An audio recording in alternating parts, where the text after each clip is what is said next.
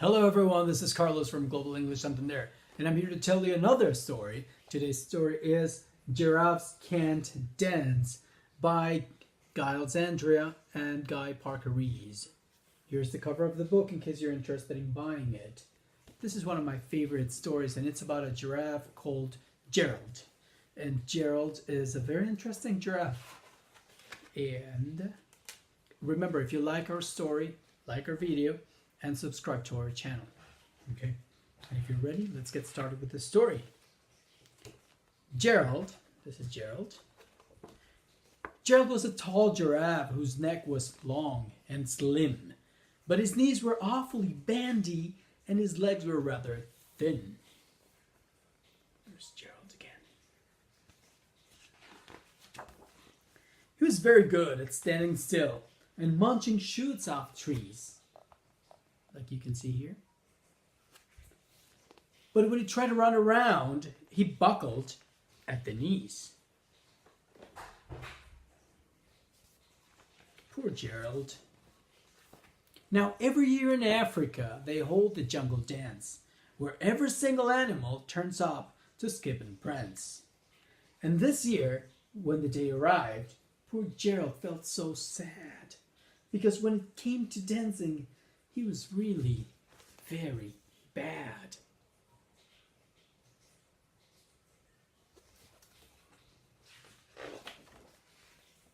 The warthogs started waltzing, and the rhinos rock and rolled. The lions danced the tango, which was elegant and bald.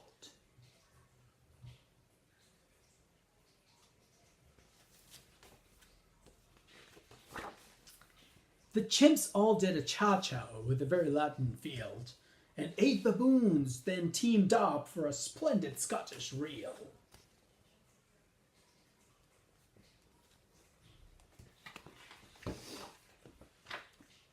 Gerald swallowed bravely as he walked towards the floor.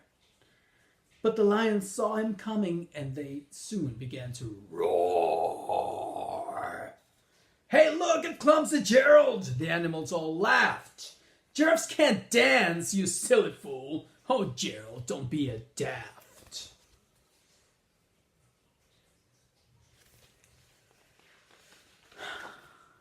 Gerald simply froze up. He was rooted on the spot. "They're right," he thought. "I'm useless. Oh, I feel like such a clod." So he crept off from the dance floor and he started walking home.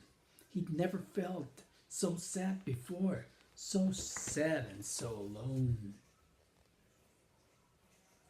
There's Gerald walking home. Poor Gerald. Then he found a little clearing and he looked up at the sky. "The moon can be so beautiful," he whispered with a sigh. Looking at the moon. "Excuse me," coughed a cricket, who'd seen Gerald earlier on. "But sometimes, when you're different, you just need a different song. Listen to the swaying grass and listen to the trees. To me, the sweetest music is those branches in the breeze. So imagine that lovely moon is playing just for you. Everything makes music if you really want it to."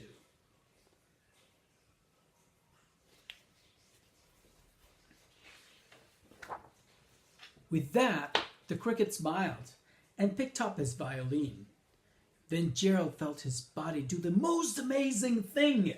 His hooves had started shuffling, making circles on the ground. His neck was gently swaying and his tail was swishing round.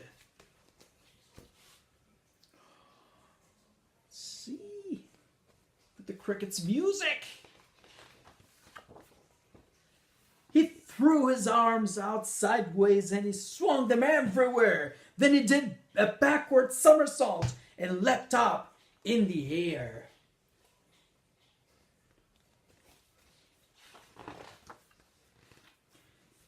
Gerald felt so wonderful. His mouth was open wide.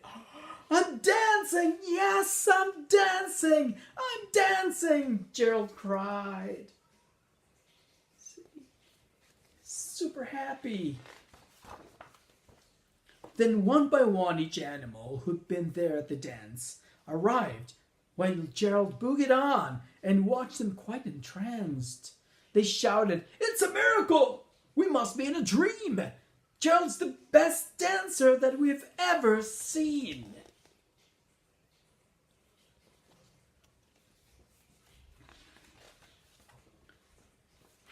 "How is it you can dance like that? Please, Gerald, tell us how."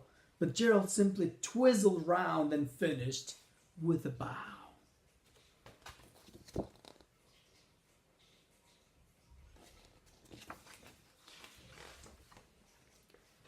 Then he raised his head and looked up at the moon and stars above. "We all can dance," he said, "when we find music that we love." And that